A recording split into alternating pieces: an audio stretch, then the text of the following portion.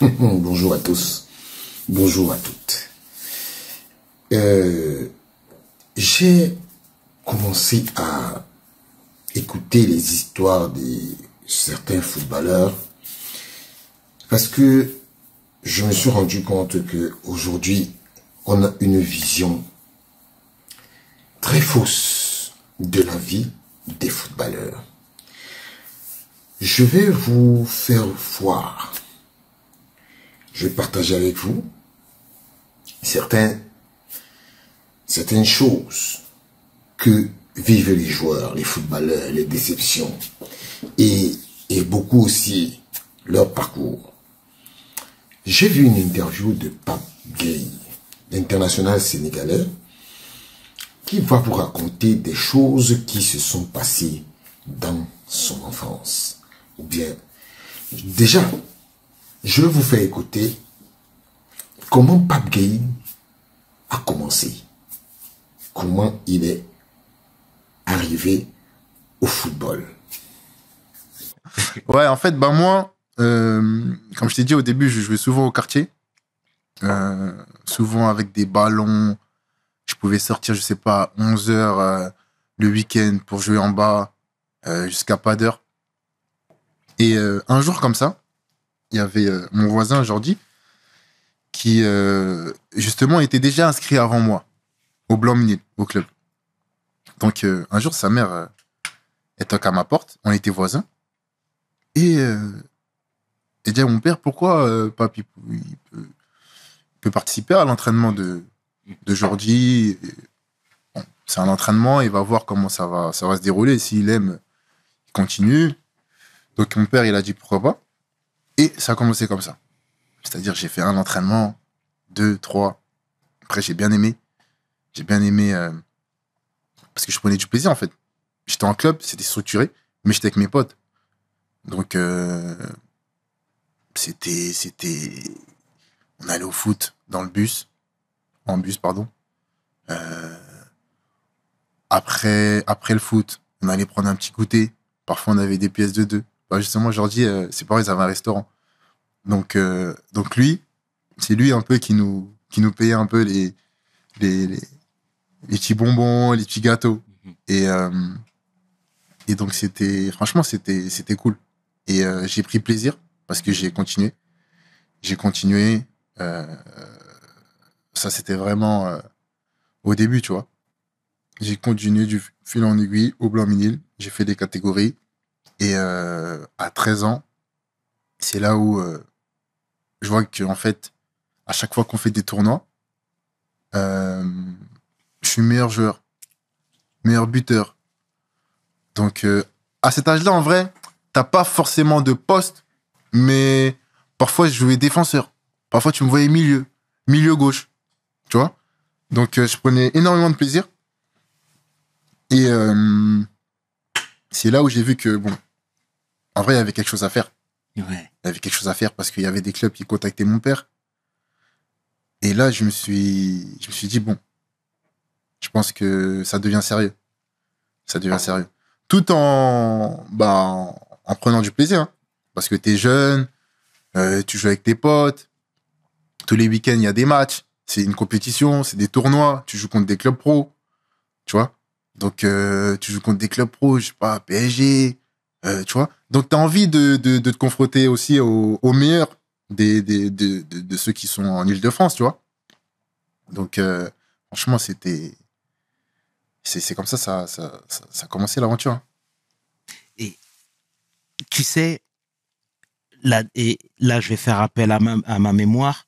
Il y a quelque temps, il y a les éducateurs de Mamadou Sakho qui disaient, il y a quelque temps, en réalité, il y a des années, hein, qui disaient que, étant donné que c'était dur pour lui à la maison, il se réfugiait derrière le football, derrière les éducateurs, à savoir, il restait plus longtemps à l'entraînement, il aidait les entraîneurs, les éducateurs à mettre les plots installés, etc., le matériel. Toi, même si tu as dit qu'à la maison, c'était relativement cool parce que les parents se démenaient, mais est-ce que c'était le même schéma pour toi, à savoir que c'était ta seconde famille, le club de Blanc-Ménil? Ouais. Tes éducateurs, en l'occurrence, faisaient aussi office de grand frère. Ouais, totalement. Après, moi, j'étais quelqu'un de réservé, comme je t'ai dit. J'ai jamais expliqué mes problèmes à mes éducateurs ou quoi que ce soit, tu vois. J'étais vraiment focalisé, j'écoutais les consignes des coachs, j'essayais de travailler bien à l'école, surtout le bon comportement, parce que ça, mon père, il rigolait pas avec ça, tu vois. Tout ce qui est bavardage, il rigolait pas avec ça. Tu vois, t'es à l'école, tu travailles, il y a la récré après, si tu veux rigoler à la récré, jouer au foot, ça c'est après. Mais à l'école, tu travailles, tu vois. Donc, après, ouais, c'est vrai que le foot au Blomny, c'était une famille, hein. J'y ai passé pas mal d'années. Même là, quand j'ai le temps, je repars au club. Je connais tout le monde. Donc, non, c'est vrai que c'était un club qui m'a beaucoup aidé. Qui m'a beaucoup aidé parce que à cette époque-là, euh, je sais pas si t'as pu entendre, il y a des histoires, les clubs, il y en a, ils cachent des lettres, des clubs pro, tu vois. Absolument. Il y en a, ils demandent un peu plus d'argent. Mais l'Omni, ils ont toujours été transparents vis-à-vis de moi. Donc, à chaque fois qu'il y avait des clubs pro qui s'intéressaient à moi, ils contactaient mon père. Et c'est comme ça que ça s'est fait. C'est bien de saluer le travail des gens qui tapissent dans l'ombre, etc. Parce on a souvent tendance à les oublier. Et toi, de remettre les projos et de les remettre à leur place tout en les saluant, etc. Je trouve ça grand et je trouve ça noble. Et tu sais, tu te fais remarquer par tes performances, par ton comportement, entre autres, etc. Quand les clubs t'approchent, ou du moins approchent ton père dans un premier temps, est-ce qu'ils viennent avec une enveloppe? Une enveloppe? Non. Non, honnêtement, à l'époque, par exemple, j'ai fait un test à Saint-Etienne. Saint-Etienne, franchement, ils étaient en Ligue 1. Je me rappelle, j'avais fait, je pense, un week-end là-bas. Honnêtement, c'était top. C'était top. Je me rappelle, j'avais 13 ans. 13 ans, ouais, 12 ans, 13 ans. J'ai beaucoup appris parce qu'en fait, ça te change. C'est vrai que j'étais dans un club blanc-minil, familial. J'étais talentueux, donc les gens, ils étaient corrects avec moi. Mais c'est un club amateur. Donc là, tu rentres dans des structures où c'est très professionnel, même à cet âge-là. C'est-à-dire que tu arrives, combien de personnes ont été appelées dans des tests, ils ne sont pas levés le matin, ou ils ont raté leur train. Et ça, le club, il pardonne pas, tu vois. Donc tout de suite, j'ai su que j'avais une chance. J'avais une chance en faisant ce test-là. Donc, et j'étais dans l'apprentissage aussi, tu vois. J'étais dans un apprentissage. J'apprenais vis-à-vis de comment un club vivait, un club pro vivait. Qu'est-ce que tu devais faire au quotidien? Qu'est-ce qu'ils mangeaient? Tu vois? Donc, à cet âge-là, déjà, je voyais que on arrive à la cantine, c'est équilibré. On doit dire bonjour. Il y a plusieurs rendez-vous dans la journée. On a tous la même tenue. Parce que Blanc-Nil, c'était la cité, quoi. T'arrives, t'as le maillot de Liverpool, lui, là, sur la Chelsea, tu vois. Et à Saint-Etienne, tout le monde avait le même maillot, le même short, tu vois. Donc, franchement, ça m'a marqué. Et malheureusement, ils m'ont pas appelé. Honnêtement, ils m'ont pas appelé. Parce que je pense que, voilà, j'ai pas été bon, tout simplement. Et ensuite, il y a eu le PSG. Donc, si tu parles d'enveloppe, peut-être que le PSG, ils ont discuté avec mon père parce que moi, j'étais jeune, tu vois. Donc, moi, il y a beaucoup de personnes qui venaient me voir et il y avait une rumeur au Blomnil qui tournait qui disait que le PSG, ils avaient proposé une somme d'argent à mon père. Moi, je leur disais que je pense pas que ça soit vrai, je suis au courant de rien. Mais il y avait vraiment un intérêt du PSG. Et il y avait le Havre. Donc, le Havre, gros centre de formation, qui sort beaucoup de jeunes. À cette époque, il y avait qui jouaient déjà en A, il y avait les Benjamin Mendy, Riyad Mahrez. Franchement, il y avait pas mal de joueurs. Et mon père, il a fait un rendez-vous avec eux. Et honnêtement, ça s'est très bien déroulé. Ça s'est très bien déroulé parce que mon père, en fait, dans la discussion, il a parlé beaucoup d'école. Moi, j'étais là, il a parlé plus d'école que de foot. Tu vois, pour te dire tellement c'était vraiment important pour lui, tu vois, l'école. Donc, il parlait de l'école. Il y avait un entraîneur qui s'appelait Abbasba, qui était sénégalais. Et mon père, il a posé cette question, il a dit est-ce que c'était même pas, c'était un coach, je pense, de la réserve à cette période-là. Il lui a dit est-ce que Pape, il pourra suivre des cours d'arabe au club. Et lui, il s'est porté garant en disant que il y aura aucun problème, tout ça, et chose qu'il a respectée. Et mon père, il s'est dit, parce qu'en fait, c'est une responsabilité. Moi, je quitte chez moi, j'ai 12-13 ans. J'ai une responsabilité. Moi, demain, je sais pas si j'ai un enfant, si je vais donner cette opportunité de quitter le cocon familial à 13 ans. Tu vois, 13 ans, t'es pas construit. Tu sais pas, tu vas donner la responsabilité à quelqu'un qui va éduquer ton enfant, mais tu sais pas, tu connais pas vraiment cette personne-là. Ton enfant, il est loin de la maison, donc tu le manques. Il te manque. Comment tu vas le retrouver dans 5-10 ans? Tu vois? Et tout ça, en fait, ça a été une réflexion de famille. Et on décide d'aller au Havre. C'est fort parce que depuis tout à l'heure, tu parles de ton père en disant ô combien il t'a accompagné, ô combien il t'a aidé. Ton père, c'est quelqu'un qui avait les codes français. Est-ce qu'il est arrivé tôt en France? Il est arrivé tôt en France, oui. C'est vrai qu'il avait les codes français. C'est-à-dire que c'est quelqu'un qui a vécu au Sénégal longtemps. Mais il a toujours... il s'est toujours battu. C'est-à-dire qu'il a toujours fait par exemple, des formations pour apprendre. Tu vois? Et moi, moi, j'étais jeune et je voyais ça, je me disais, mon père, il a un certain âge et il continue à faire des formations, tu vois. Donc, c'était vraiment fort, tu vois. Et donc, c'était vraiment l'école.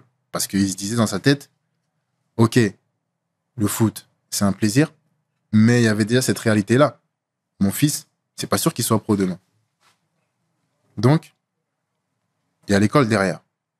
Tu vois. Et c'est pour ça que, voilà, par la suite, mon père, on a fait le choix de partir au Havre. Et on a rencontré aussi mon ancien agent. Parce qu'à cette période-là, mon père, en fait, il connaissait depuis. Tu vois. Il faisait il faisait beaucoup d'habits pour sa femme, pour lui, tu vois. Parce que mon père, avant, il passait beaucoup de temps à Aulnay, tu vois. Souvent, il m'emmenait au foyer d'Aulnay, voir les tontons et tout, tu vois. Et même avant ma naissance, c'est là où il a rencontré cet agent, tu vois. Donc, vu que mon père, il avait aussi pas mal de projets au Sénégal,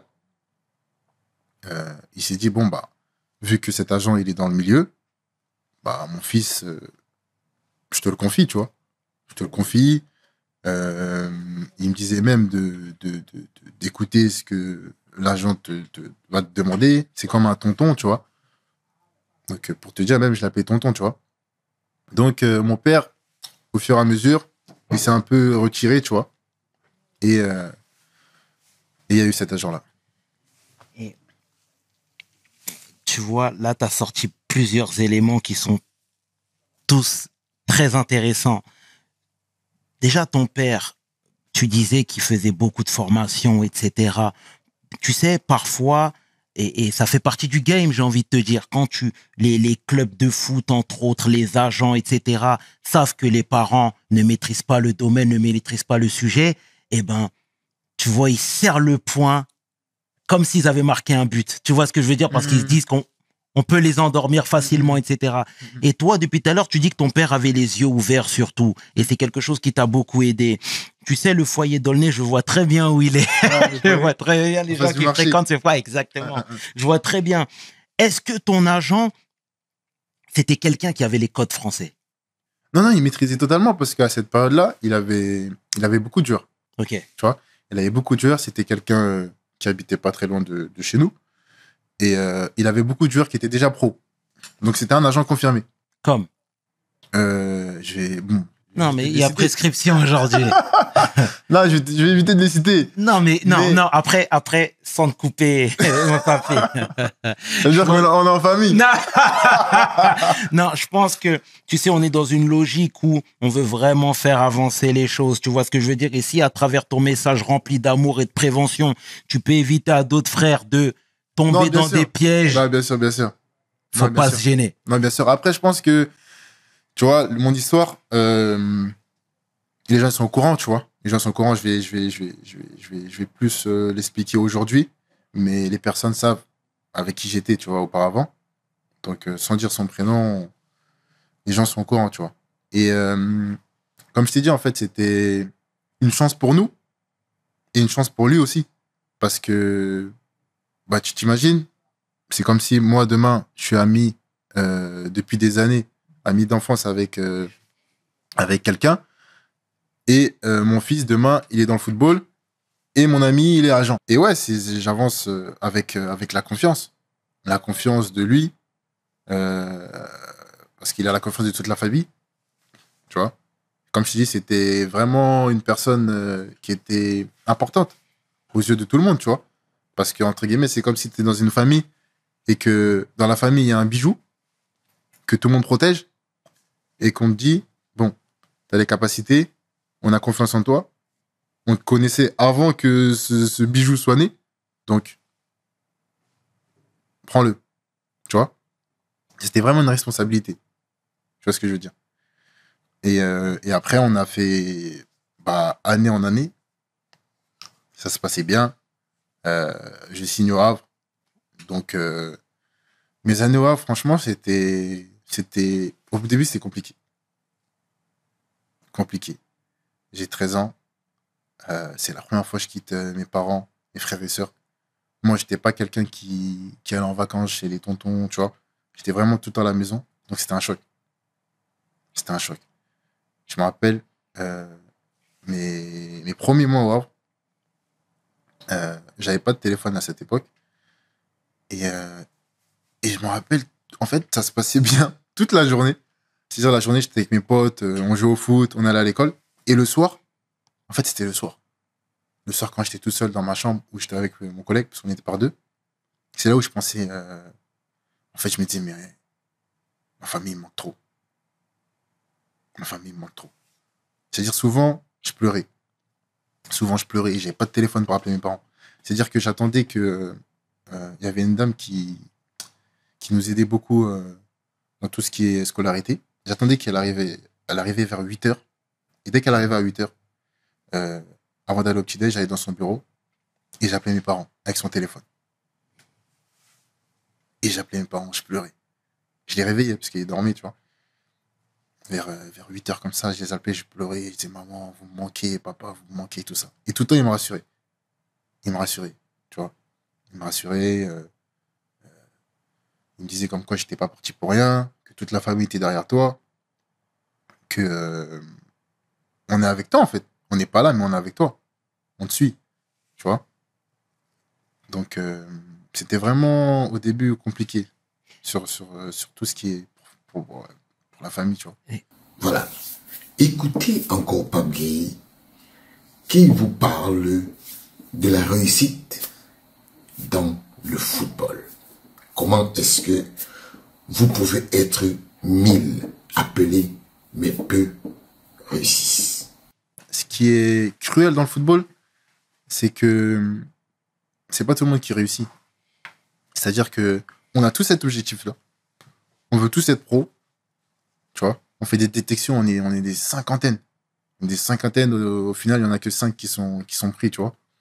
Et en fait, t'es avec tes potes, parce que tu vis avec eux, t'es dans un centre de formation, tu es tous les jours avec eux. Donc tu crées ce lien, entre guillemets, de frères. Mais dans ta tête, tu sais que ça se trouve, c'est lui qui va passer. Pro. Pas toi. Donc, c'était comme ça qu'on a grandi, tu vois. Et on s'entraidait beaucoup parce qu'on savait que c'était pas facile. Même si on avait tous cet objectif-là, on savait que bah on n'était pas chez nous en fait. On n'était pas chez nous. On allait à l'école. Parfois à l'école, les gens qui étaient issus de la ville, ils étaient jaloux parce qu'ils disaient les joueurs du hack, c'est comme ça ils disaient les joueurs du hack, ils se la racontent, parce qu'ils volent nos filles, tu vois. Ah ouais. Parce qu'en fait t'es entre guillemets t'as 14-15 ans, mais t'es entre guillemets une star, tu vois. T'as des cours aménagés. C'est-à-dire qu'eux, ils sont là depuis 8 heures. Toi, t'arrives à 13 heures comme ça, tu vois. Tu quittes l'entraînement, t'arrives. Donc, ça crée de la jalousie, tu vois. Et ça, je peux comprendre. Tu vois ce que je veux dire? Mais ouais, j'en ai vu des... Et moi, où je dirais que il doit avoir un peu plus de véhéance, c'est souvent quand la personne se fait virer du centre de formation. Parce qu'en fait, le centre de formation, par exemple, moi, j'avais un contrat, mais il y a des personnes qui avaient... Bah, chaque année, ils devaient renouveler leur contrat, tu vois. Donc, t'es pas forcément sûr d'être là la saison prochaine. Et par exemple, un gars qui quitte ses parents à 13 ans de Paris et qui arrive, qui fait 2 ans au centre de formation, et à 15 ans, on lui dit de rentrer chez lui. Qu'est-ce qu'il fait, ce petit? Parce que il rentre chez lui. Qui dit rentre chez lui, dit rentre dans son quartier. Exact. Tu vois? Il rentre dans son quartier. T'as pas réussi. Pourtant, quand tu partais, on pensait que t'allais réussir. Tu connais comment c'est le quartier, tu vois? Absolument. Il n'y a pas vraiment, il y a pas tout le temps de la bienveillance, tu vois? Il y a des gens qui t'envient. Dans tous les quartiers, c'est comme ça, tu vois? Il y a des gens qui t'envient. Il y a des gens qui sont contents que tu sois de retour. Mais t'as 15 ans. T'as pas 20 ans, t'as 15 ans. C'est-à-dire, qu'est-ce que tu fais? Qui t'aide? Qui t'aide à part tes parents qui vont te dire c'est rien mon fils, on est derrière toi? Qui t'aide? Parce que c'est un échec. Ça fait mal. T'as perdu peut-être 2 ans de ta vie que tu pourrais rester avec tes parents ou, tu vois, faire autre chose. Et du jour au lendemain, réunion comme ça, on te dit que l'année prochaine, t'es pas gardé. Et tu dois re-rentrer à Paris. Donc, je pense qu'il doit y avoir un accompagnement sur ça, tu vois. Parce que moi, j'ai des potes à moi. On a grandi ensemble au centre de formation. Du jour au lendemain, on t'envoie un message. Ce gars-là, il est en prison.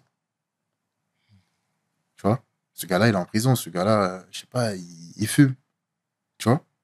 Et tout ça, en fait, est-ce que ces gens-là ils ont été préparés à la fin de ce centre de formation, tu vois? Parce que tu vas rentrer au quartier, tu vas faire quoi? Si tu te remets pas tout de suite dans la vie, parce que la vie, elle t'attend pas, qu'est-ce que tu vas faire? Tu vas traîner avec les autres au quartier? Ils vont t'influencer dans quoi? Et c'est là où tu prends des routes qui sont pas carrées, tu vois? C'est criant de vérité tout ce que tu nous dis, cher frère. Et tu sais, et ça va dans la continuité de ce que tu dis, à savoir qu'il n'y a pas tellement d'accompagnement, tu sais, même la relation avec les filles, etc. En fait, j'ai l'impression que vous vivez en autarcie.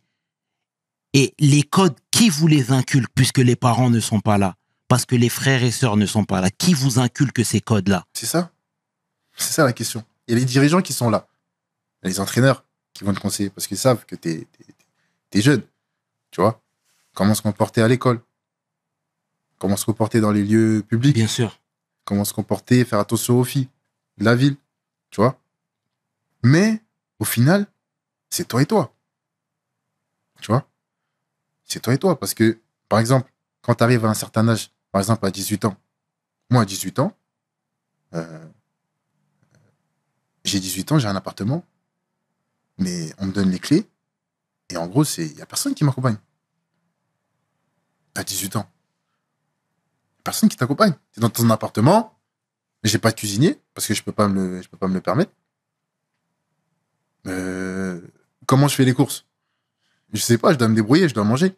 Tu peux pas te le permettre, c'est-à-dire t'as pas les moyens de... J'ai pas les moyens okay. pour prendre un cuisinier, tu vois.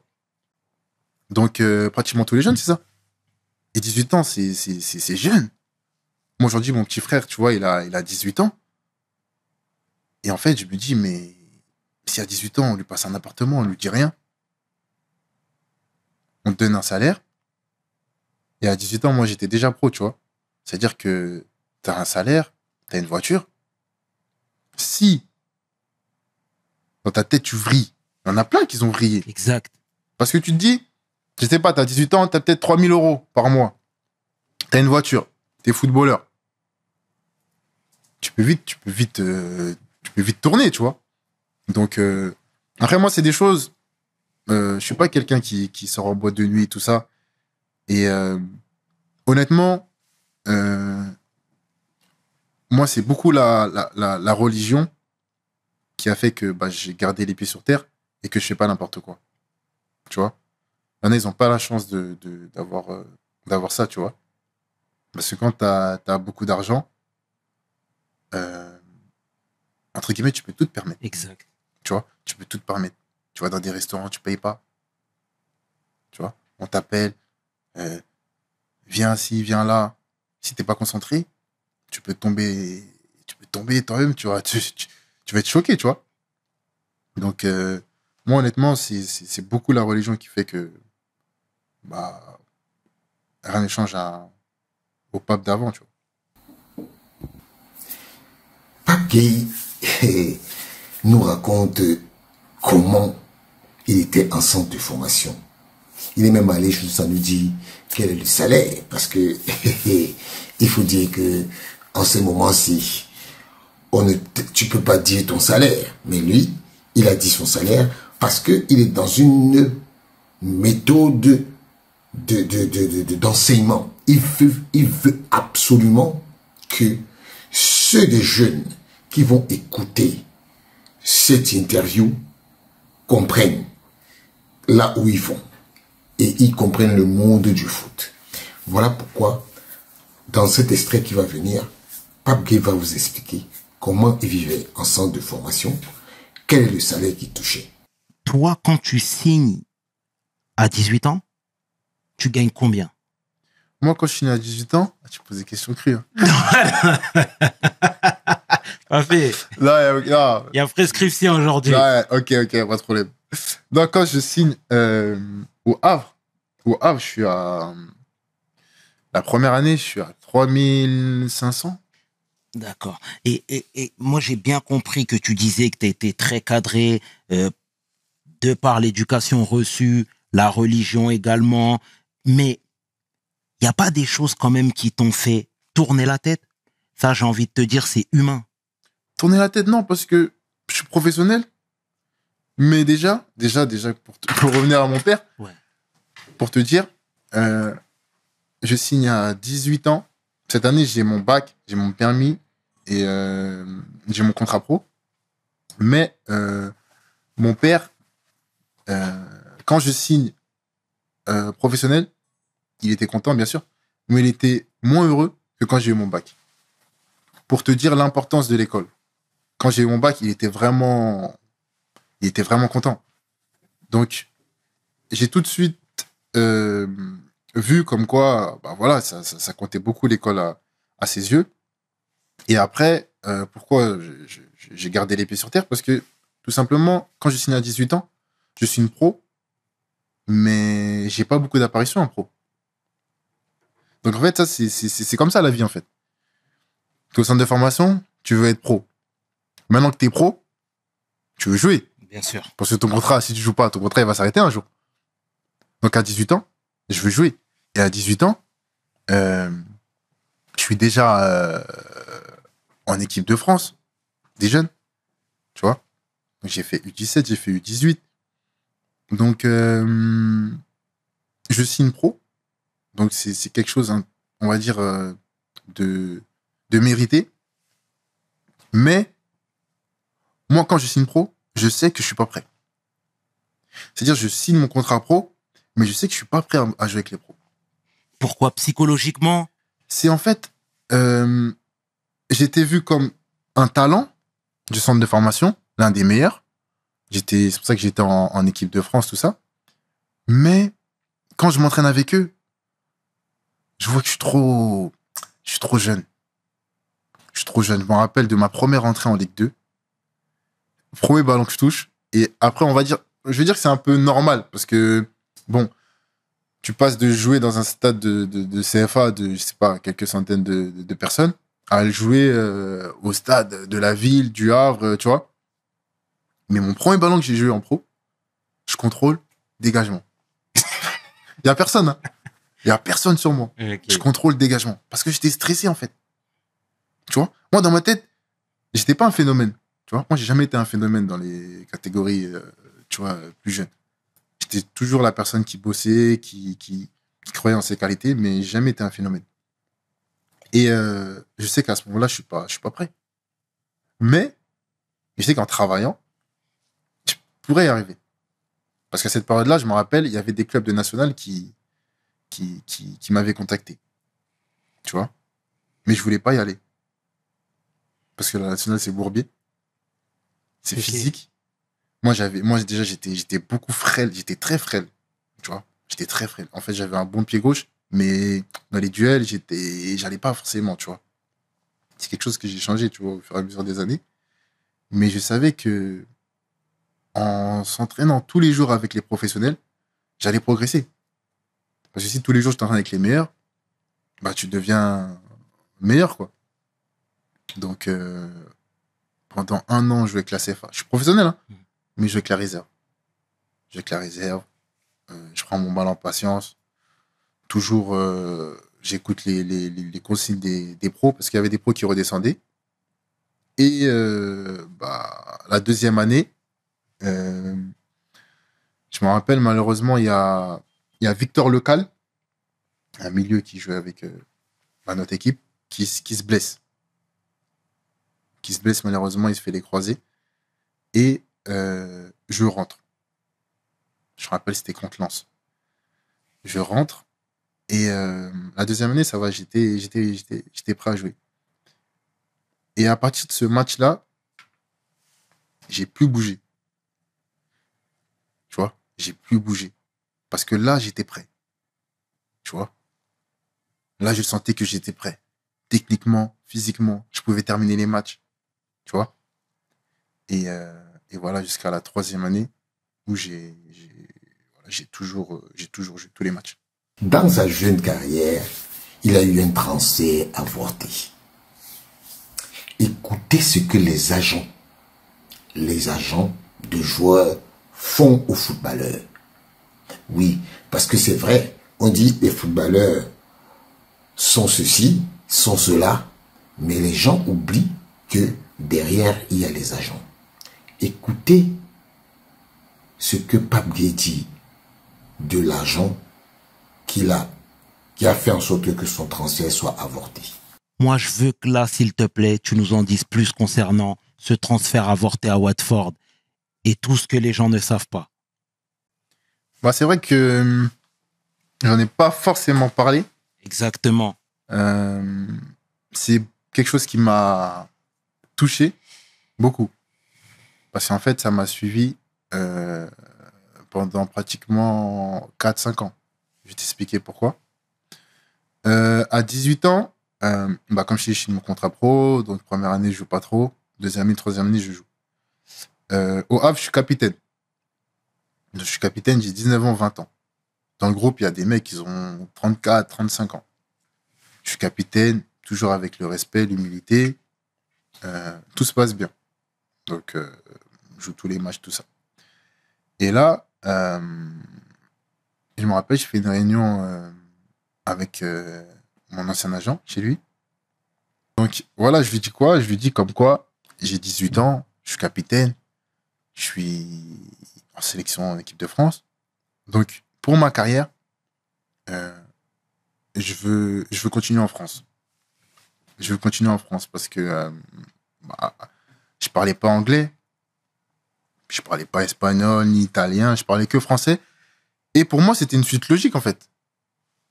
T'es bon en Ligue 2, t'es capitaine en Ligue 2 dans un club, un grand club comme le Havre, bah tu poursuis ta carrière en Ligue 1. Je voulais pas aller à l'étranger. Et il me fait comprendre comme quoi qu'il va étudier et qu'il va revenir vers moi. Donc, il faut savoir, très important, c'est que quand je quitte le Havre, je suis libre. Tu vois? Donc, quand tu es libre, forcément, il y a plus de clubs. Parce que ils vont pas te payer le coût du transfert. Donc, moi, je lui explique mes souhaits. Mon père, à ce moment-là, il est au Sénégal. Parce que, comme je t'ai dit, il avait plusieurs projets. Mais c'est toujours basé sur la confiance, en fait. Euh, L'agent, il est là. Dès que vous faites des réunions, vous me tenez compte de ce qui s'est dit. Et il n'y a aucun problème, tu vois. Donc, moi, j'explique aussi à mon père que je veux rester en France. Et je voyais beaucoup dans les journaux aussi, comme quoi il y avait beaucoup de clubs qui étaient intéressés par moi. Parce que j'étais, comme je t'ai dit, j'étais jeune capitaine. Donc, parfois, j'envoyais ces articles à mon agent en lui disant que est-ce que c'était vrai, tu vois. Il me disait, tant que je t'en parle pas, ça peut être des rumeurs, tu vois. Donc, moi, je croyais vraiment ce qu'il disait. Je continuais à jouer, à faire mes matchs. J'étais vraiment bon. Et un jour, il m'appelle. Il me dit comme quoi il y a un club en Angleterre qui est intéressé. Donc moi, je lui dis quoi? Je lui dis, moi, ok, ils sont intéressés, mais c'est pas mon souhait, en fait. Moi, je t'expliquais ce que je voulais. C'est de continuer en Ligue 1. Tu vois? Continuer à jouer dans mon pays, tu vois? Et il me faisait comprendre que, comme quoi, il y avait certains clubs de Ligue 1, et c'était pas trop chaud. Comme quoi, en fait, ça allait être compliqué. Mais moi, quand tu es joueur, tu reçois pas les appels des clubs. Donc, un agent, il peut te raconter tout ce qu'il veut. C'est lui qui reçoit les appels. Donc, moi, j'étais pas au courant qui me voulait, de quoi que ce soit, en fait. Donc, il me dit ça, je dis OK. Et on arrive à la fin de la saison. Donc, fin de la saison, pareil. Je fais une très bonne saison, tu vois. Et il me fait comprendre comme quoi il n'y a pas de club français. Il me dit comme quoi il y avait ce club-là en Angleterre qui était intéressé, que le coach me voulait, euh, que tout allait bien se passer là-bas, même si je parle pas anglais, que ils allaient bien m'intégrer, qu'il y avait aucun problème. Et le coach, il était amoureux de moi, tu vois. Ok. Donc, j'en reparle à mon père. Mon père, il me dit quoi? Il me dit, c'était pas ce qu'on voulait au début. Mais bon, on va les écouter, on va voir. Du coup, on se- on part là-bas. Et moi, je parlais pas anglais. Donc, il y avait mon agent et il était avec son avocat, tu vois. Donc là, et tout ce que je t'explique, mon père, il est pas là, tu vois. Donc là, euh, il me dit à peu près tout ce que j'allais avoir dans mon contrat, tout ce que j'allais gagner, prime à la signature, parce que j'étais libre. Donc un jour, quand il est libre, il a une prime à la signature, tu vois. Donc il me dit ça, à l'oral, parce que je parle pas anglais, tu vois. Et avec toute la confiance que j'ai envers lui, tu vois. Je te dis, je l'ai appelé tonton parce que depuis 13 ans, il est avec moi, tu vois. Donc, pareil, je dis un peu tout ce qu'il y a aussi dans mon contrat à mon père et tout. Il me dit OK. Parce que dans ce qu'il dit, j'ai que ce club-là. Donc, je vais pas arrêter le foot, tu vois, ou je vais pas rester en Ligue 2. Donc, on va là-bas. On signe. On signe et tout. Et quand on signe, il n'y a rien qui sort, tu vois. Il n'y a rien qui sort. Parce que ouais, le club, ils attendaient un peu avant d'officialiser, tu vois. Donc, je m'en rappelle, mon père, il m'appelle comme ça. Il revient du bled et tout. Il me dit, Pop, est-ce que tu as le contrat que vous avez signé? Je dis non, c'est l'agent qui l'a. Il dit OK, je vais lui demander. Il lui demande et ça prend quelques jours, tu vois. Et quand il lui demande, euh, mon père, il fait relire par un avocat. Et là, euh, choc. Choc. C'est-à-dire, euh, je devais être prêté dans un autre club, tu vois. Je devais être prêté dans un autre club. prime à la signature. Il n'y en a pas. Mon salaire, il est dégressif. C'est-à-dire que ça, je ne savais même pas que ça existait. Mon salaire, il est dégressif. C'est-à-dire que plus je passe de temps dans ce club, plus mon salaire, il diminue. Tu vois? Et on voit tout ça. Et on est en état de choc, tu vois? On est en état de choc parce que c'est quelque chose qui a fait mal à toute la famille. Moi, ça m'a tué. Et en fait, j'imagine même pas mon père, tu vois. Parce que mon père, c'est lui qui a eu la responsabilité. C'est-à-dire, dans sa tête, il s'est dit aussi, mon fils, entre guillemets, moi aussi, je suis responsable, en fait. Parce que je lui ai dit de se mettre avec cet agent-là, tu vois. Donc, tout de suite, on prend un avocat. Et quand on prend un avocat, le club, ils n'ont pas officialisé. Donc, on voit l'agent, on lui dit comment ça se fait, il y a ci, il y a ça, il y a ci, il y a ça.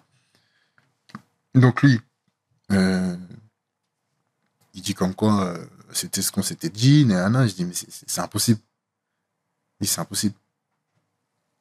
Ça peut pas, un salaire dégressif, ça n'existe pas dans le football, même dans la vie de tous les jours.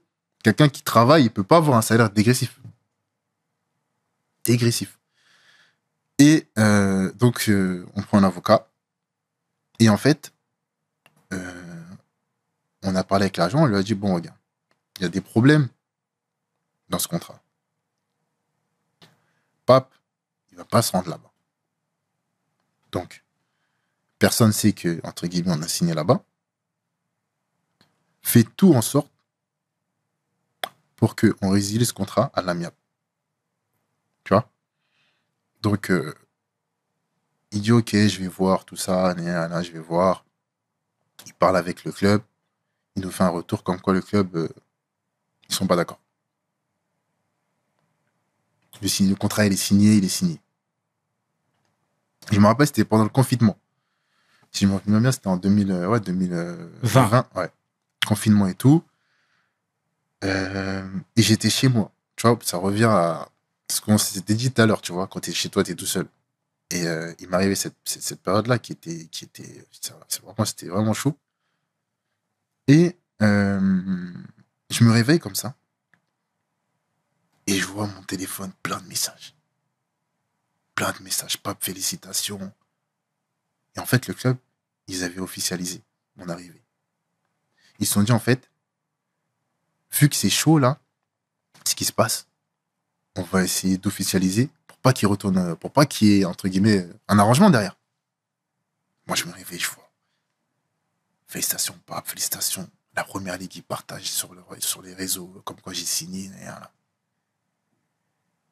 Et là, franchement, c'était vraiment dur. C'était, je pense, la période la plus dure de ma carrière. Je suis tout seul chez moi. Je me suis fait berner. Dans l'histoire, on a berné mon père aussi. Tu vois.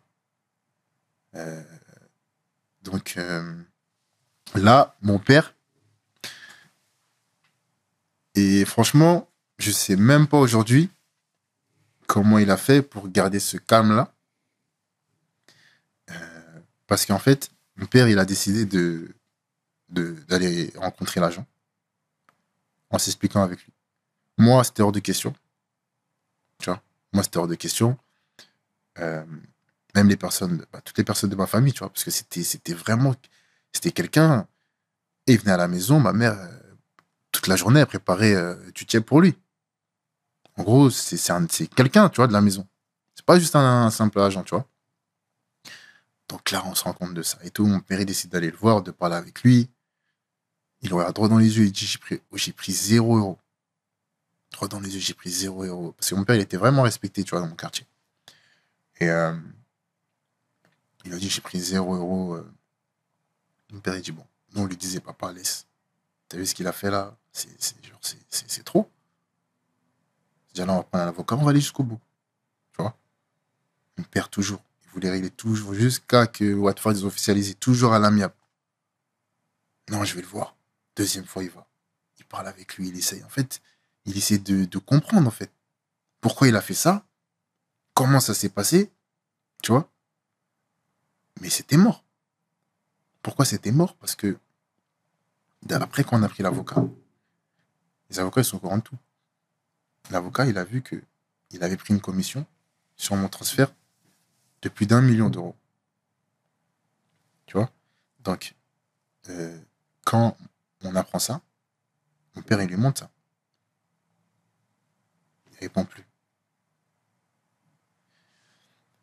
Et là, ça commence à savoir. Parce que nous, enfin, direct, l'avocat, il fait un papier comme quoi ce contrat, il est invalide et que, en gros, Pape, il va pas se rendre à Watford. Donc, c'est là où ça fait un chamboulement médiatique. Médiatique, ça m'appelle, ça m'envoie des messages, pourquoi les gens, ils veulent comprendre, tu vois. Et là, deuxième fois où mon père, il a encore été brave, c'est, frère, moi, je viens d'un quartier. C'est dire, il y a des choses à pas faire, surtout dans les quartiers qui sont voisins, tu vois. C'est-à-dire, il y a des grands, des anciens, tu vois, de mon quartier, ils sont partis chez mon père, tu vois. Et ils lui ont dit, en gros, tu vois ce qui s'est passé là? Nous, Pape, on l'a vu grandir. C'est-à-dire, nous, on peut pas accepter ça. Tu vois? Mais on a beaucoup de respect envers toi. Donc, on vient te demander, est-ce que tu nous donnes l'autorisation de faire quelque chose? Tu vois? Faire quelque chose, tu vois? Je vais pas t'expliquer. Et mon père, il a dit non. Il a dit non. Il a dit, laissez cette histoire. En gros, je vous remercie, tu vois, mais faites rien. Laissez-le et tout. C'est-à-dire, là, encore une preuve où, franchement, chapeau à lui. Parce qu'aujourd'hui, moi, je suis dans cette situation-là. On fait ça à mon fils.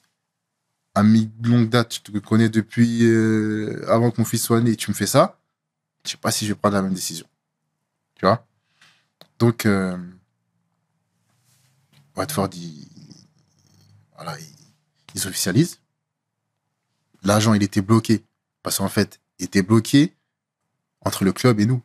Parce que d'un côté, il avait pris de l'argent. Et je pense qu'il avait pris aussi tu vois, il y a des dessous de table, il y a beaucoup de choses comme ça dans ce milieu-là. Donc, il était bloqué entre j'ai déjà pris de l'argent et la famille, je dois les aider. Donc, il n'a rien fait. Donc, voilà, tous les médias, ils reprennent, Pape Gay, nanana, ne veut plus aller à Watford. Il y en a, ils écrivent des commentaires comme quoi la famille demande plus d'argent, tout ça. Tout ça, je vois, mais tu vois, je dis rien. Tu vois, moi, j'ai jamais communiqué. Tu vois. Et du coup, on décide en fait de dire que voilà, on allait plus aller là-bas. Et en fait, quand tu signes un contrat, le premier contrat, il devient caduc. Donc, on devait s'engager dans un club. Et le plus dur, c'était quoi? Parce que mon avocat, il nous a dit un peu ce qu'on risquait. Ouais. Parce qu'en fait, le contrat, il était signé. Donc, il y avait des risques. Je peux pas aujourd'hui signer un contrat et dire je veux plus aller. Tu vois ce que je veux dire? Malgré ce qui est arrivé, tu vois ou pas? Donc, le club, ils ont fait quoi? Il y avait un article, parce que dès que j'ai dit que j'allais plus aller là-bas, il y avait des clubs qui se sont réintéressés à moi. Et là, il y avait énormément de clubs. Tu vois? Parce que, j'avais ce statut-là. Ça avait buzzé, j'avais ce statut-là. J'étais jeune. Donc, ils ont fait quoi? Ils ont envoyé un mail à pratiquement tous les clubs. Tous les clubs qui avaient sur la table. Comme quoi, entre guillemets, c'est notre joueur qui va venir. Et que si jamais, entre guillemets, vous le prenez, il y aura des conséquences derrière. Donc là, à ce moment-là, je pense, la moitié des clubs sont partis. Au final, il est resté peut-être 3-4 clubs, dont Marseille. Donc, Réunion avec la famille. Toujours, on prend des décisions avec la famille. Et bon, Marseille. Il y a ma mère tout de suite qui dit va à Marseille. Ma mère, elle kiffe Marseille, tu vois. Tout de suite, va à Marseille et tout. Et par exemple, ma sœur, qui travaille avec moi aujourd'hui, tu vois, on va pas revenir plus tard sur ça, qui me dit, il y a des clubs de Ligue 1 qui me voulaient, un peu, tu vois, milieu de tableau, bas de tableau, qui me garantisaient 30 matchs. Donc ils sont venus me voir, ils m'ont dit pas pour rien. Nous, ce qu'on peut te proposer, c'est pas, on n'est pas à Marseille, tu vois, mais on va te proposer du temps de jeu. 30 matchs de Ligue 1. Tu sais que tu vas jouer tes 30 matchs. Tu vois? Donc ils commençaient à faire partir des joueurs et tout pour me faire une place. Et à Marseille. Donc Marseille, Villas-Boas, le coach, il m'appelle. Donc à ce moment-là, il n'y avait pas de directeur, c'était lui qui m'avait appelé. Il me dit pas pour rien. Moi, j'ai vu un peu ce que tu peux apporter à mon équipe. Après, à ton poste, il y a Boubacar Kamara. Donc si tu viens, ça va être en tant que doublure. Mais il y a beaucoup de matchs. La Ligue des Champions, il y a le championnat, donc tu vas avoir du temps de jeu. Donc moi, direct, je me dis que c'est un challenge. C'est un challenge, que je vais y aller, qu'il y a beaucoup de matchs, que je vais jouer à côté de grands joueurs, tu vois. Payet, Mandanda, Thauvin, tous les jours à l'entraînement, c'est une chance, tu vois. Mais peut-être que le palier allait être trop haut pour moi, qui sort de Ligue 2, que personne connaît. Mais je me dis que, bon, honnêtement, il y a aucun problème, tu vois. Je vais y aller. Et pour te dire que l'histoire de Watford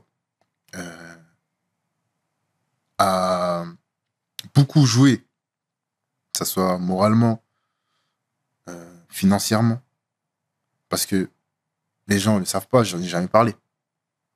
Mais pour signer à Marseille, c'est vrai que j'avais un meilleur contrat qu'au Havre, parce que c'était Marseille. Mais ce que je devais gagner à Marseille, je ne l'ai pas touché. C'est-à-dire qu'à Marseille, quand on me propose un contrat à Marseille, il y a l'histoire de Watford. Et dans l'histoire de Watford, il y a une possible amende de la part de la FIFA. Tu vois, mon avocat, il avait regardé tout ce qui était possible. Et il y avait une possible amende. Tu vois. Donc, Marseille, ils étaient au courant de ça. Donc, j'ai dû pas diminuer mon contrat parce que j'étais au Havre, mais ce que je devais toucher dans un club de Ligue 1 comme Marseille, je ne l'ai pas touché.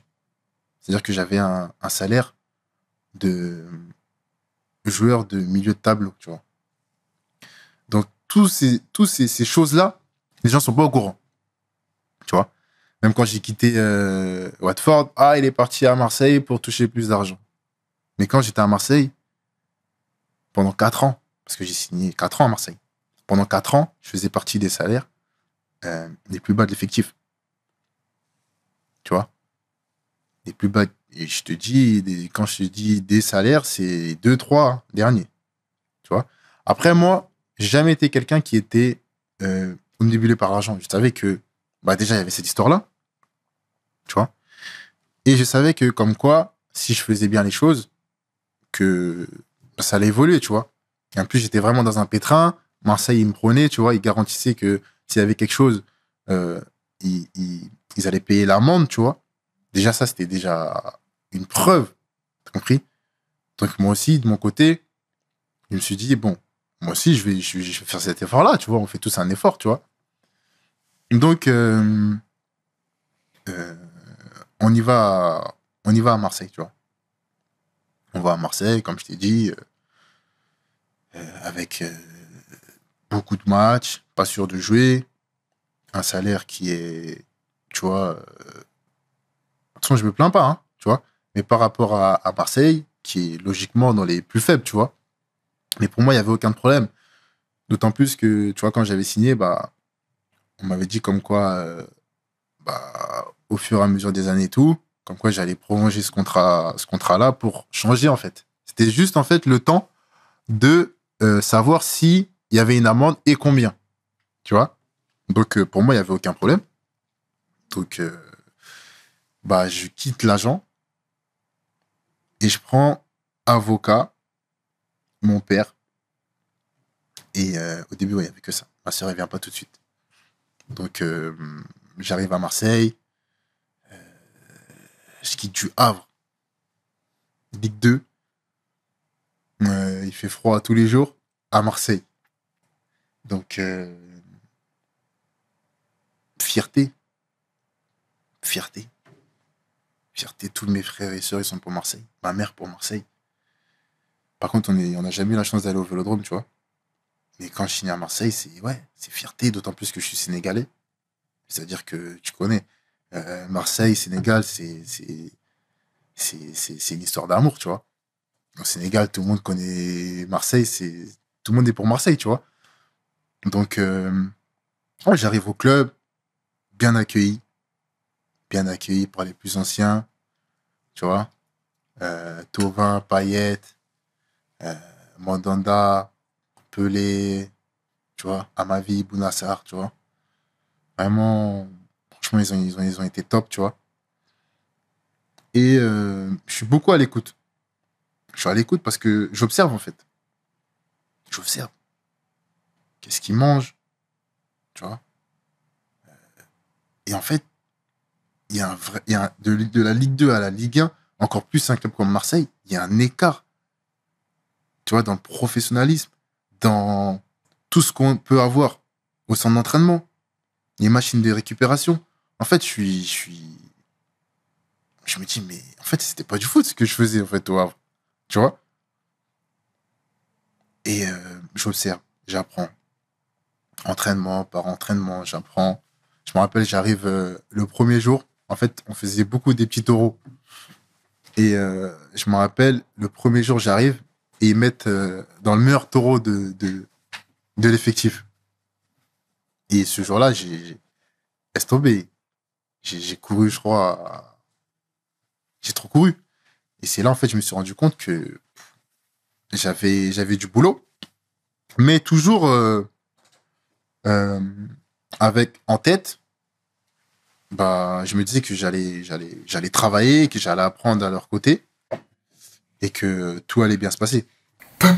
Gay est intéressant. Dans la séquence qui va suivre, il va un peu nous parler de la relation avec l'entourage. Vous verrez que ça a été très très compliqué. Très très compliqué. Dernièrement, j'ai pris l'avion avec un sélectionneur. Malheureusement, je peux pas dire son nom ici comme ça parce que non, mais tu comprendras pourquoi. Parce qu'il est en poste actuellement.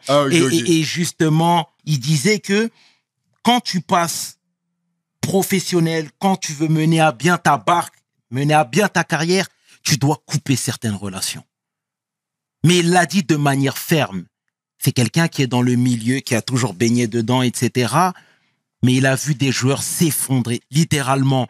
Est-ce que toi, c'est quelque chose que tu as fait aussi?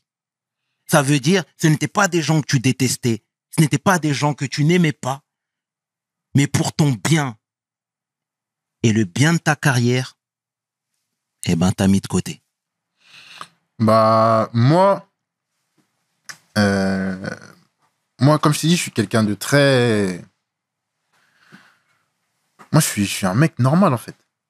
Tu vois? Ça veut dire que moi, je suis toujours le même. Tu vois, tu peux demander aux gens qui sont de ma ville, je suis toujours pareil, tu vois. Et les gens, comment ils peuvent être avec toi, je l'ai compris au fur et à mesure des années, parce qu'en fait, ce qu'il faut savoir aussi, nous, les footeux, tu vois, c'est que c'est pas facile. Tu vois? Parce que, par exemple, moi, j'ai un groupe de potes, on est toujours ensemble, tu vois. Ils sont francs avec moi, je suis franc avec eux, tu vois. C'est très important pour moi. Mais par exemple, les gars de ton quartier, qui te voient, je sais pas, une fois tous les 2 mois, mais qui te voient beaucoup à la télé, eux, ils ont un autre regard sur toi. Même si tu as grandi avec eux, tu vois. Quand tu arrives au quartier, déjà, moi, j'essaie d'arriver comme personne normale. Comme je t'ai dit, j'arrive pas avec une grosse voiture ou... Non, tu vois. J'arrive comme quelqu'un qui vient au quartier pour saluer les gens, pour passer du bon temps, tu vois, dès que je suis sur Paris. Et ces gens-là, parfois, ils vont avoir un comportement où tu vas te dire, eh mais wesh, lui, il a changé, lui. Pourquoi il se comporte comme ça avec moi?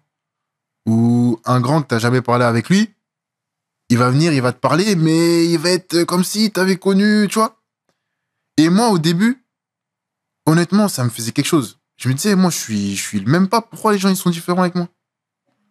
Moi, je veux que, comme vous voyez pape il y a 10 ans, là, je suis le même.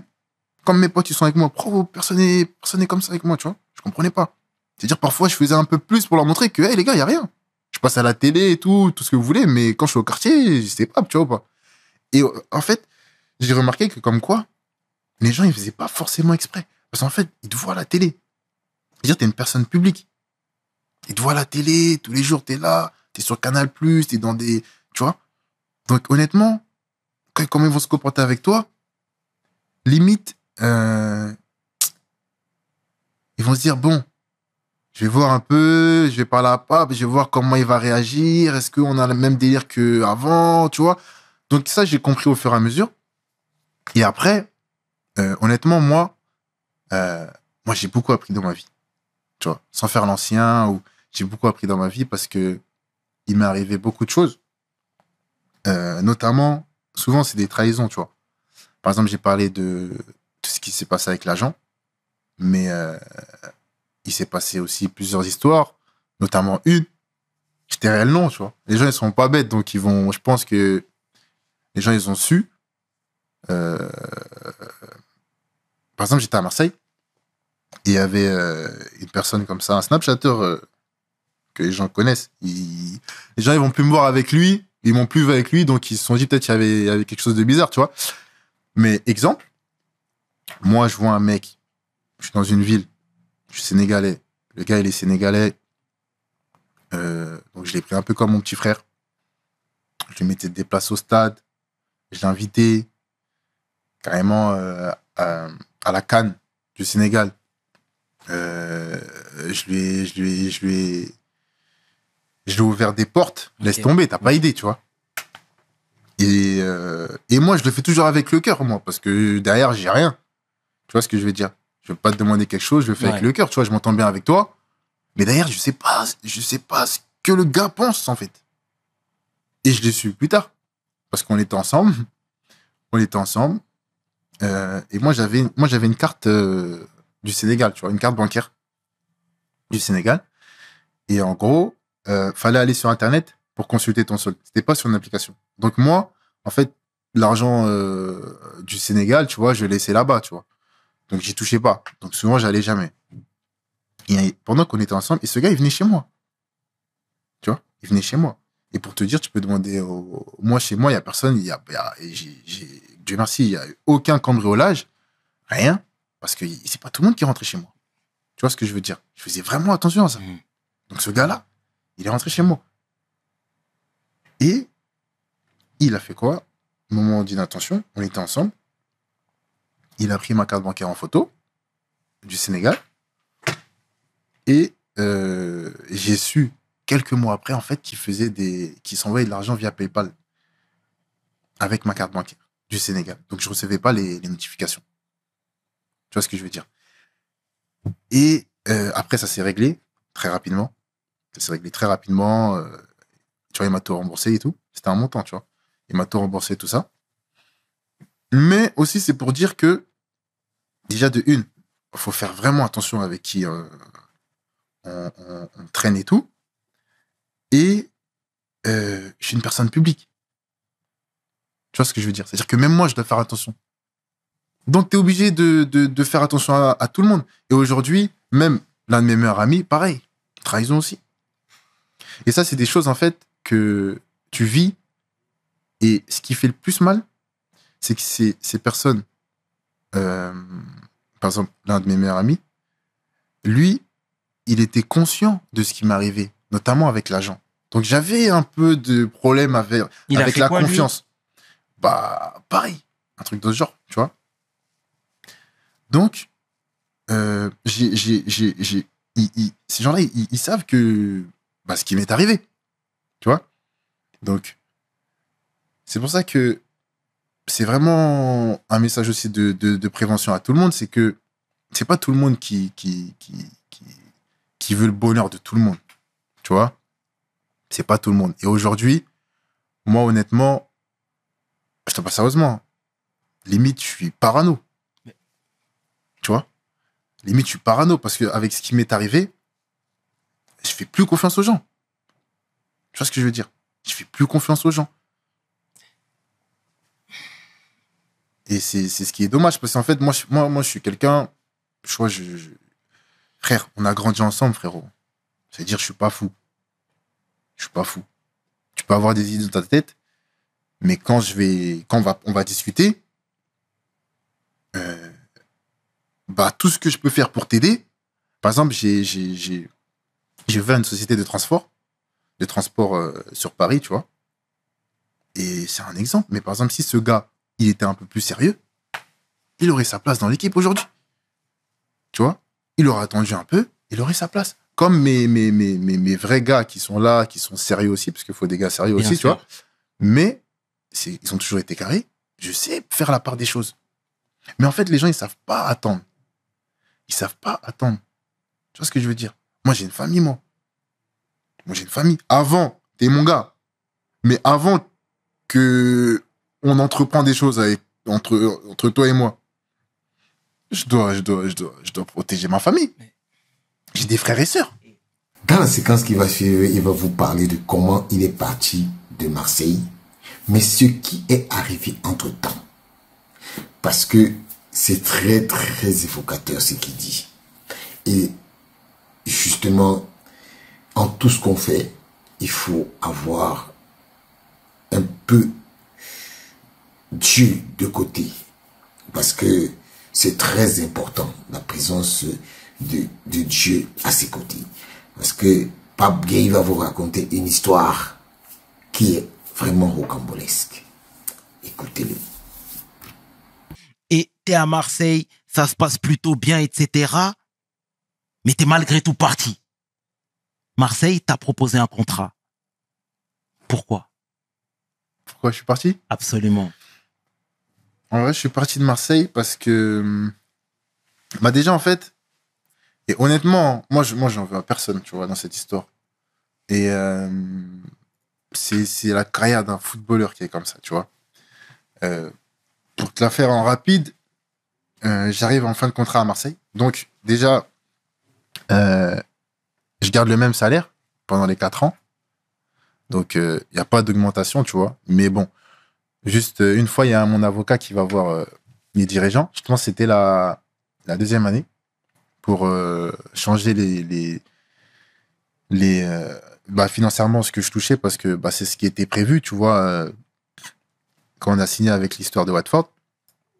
Et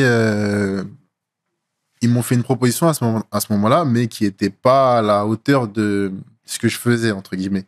C'est-à-dire que j'allais toucher plus, mais moi, je voulais pas toucher plus qu'un tel ou un tel. Je voulais juste être, entre guillemets, où les personnes qui jouent à mon poste, qui font un peu les mêmes prestations que moi, entre guillemets, qui sont à mon poste, quoi. Je voulais juste être dans la tranche, quoi. Être respecté, parce que c'est important, en fait. C'est pas juste toucher de l'argent. Moi, quand je touche de l'argent, je vais pas... Mais c'est, en fait, te sentir respecté dans un groupe. Tu vois ce que je veux dire? Donc, ils m'ont fait une proposition qui m'avait pas plu, tu vois. Et si je suis un gars qui aime l'argent, il me rajoute plus, je vais accepter. Je me suis dit, ok, pas de problème. Ils veulent pas, c'est pas grave. Donc, les 2 années d'après, pareil, bah, j'ai toujours le même salaire, mais je joue, tu vois. Donc, moi, c'était vraiment le plus important. C'est du temps de jeu, tu vois. Et là, on arrive à la 4e année. Avant ça, il y a le prêt à Séville. Prêt à Séville, donc, il y a un coach qui arrive, Igor Tudor. Et ça se passe bien avec Sampaoli.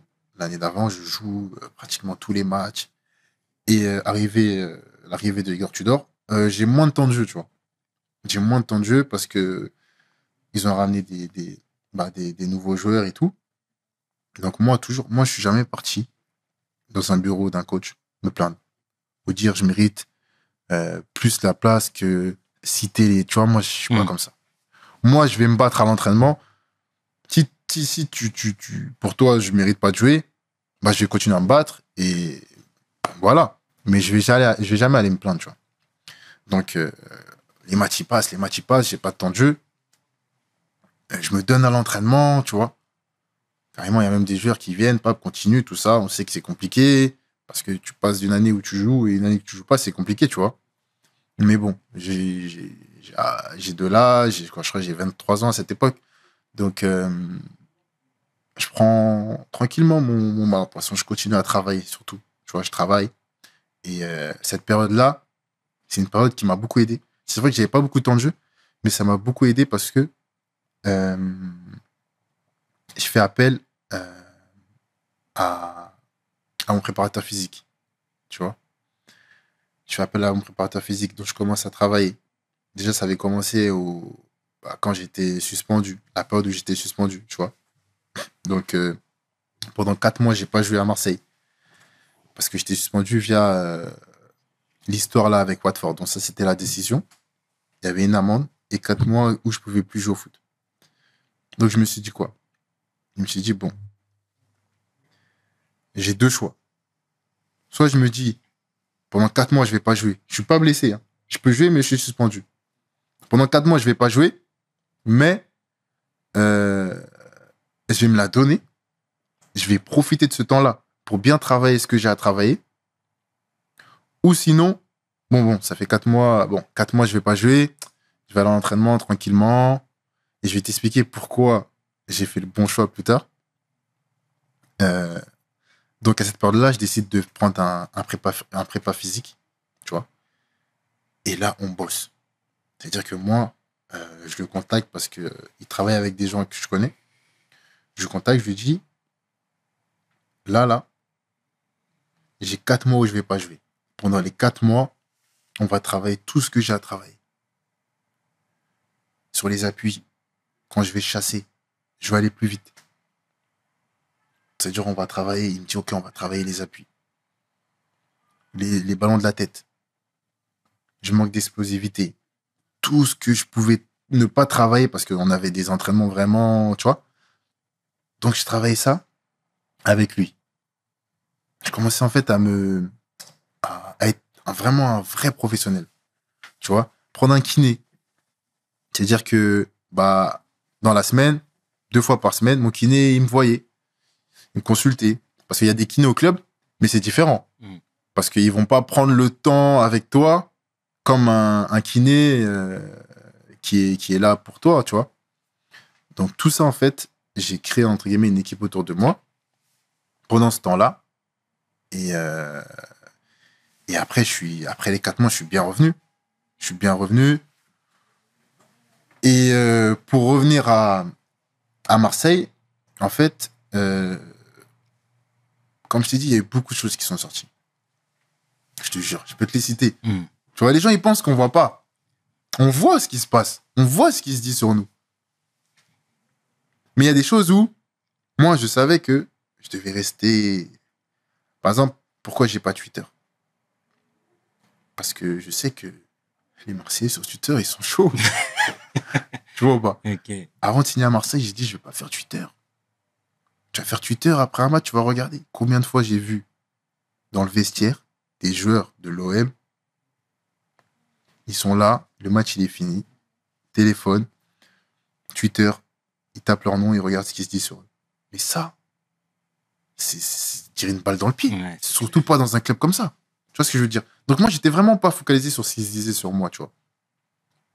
Et pourquoi j'ai pas signé? Pourquoi j'ai pas prolongé? Parce que, honnêtement,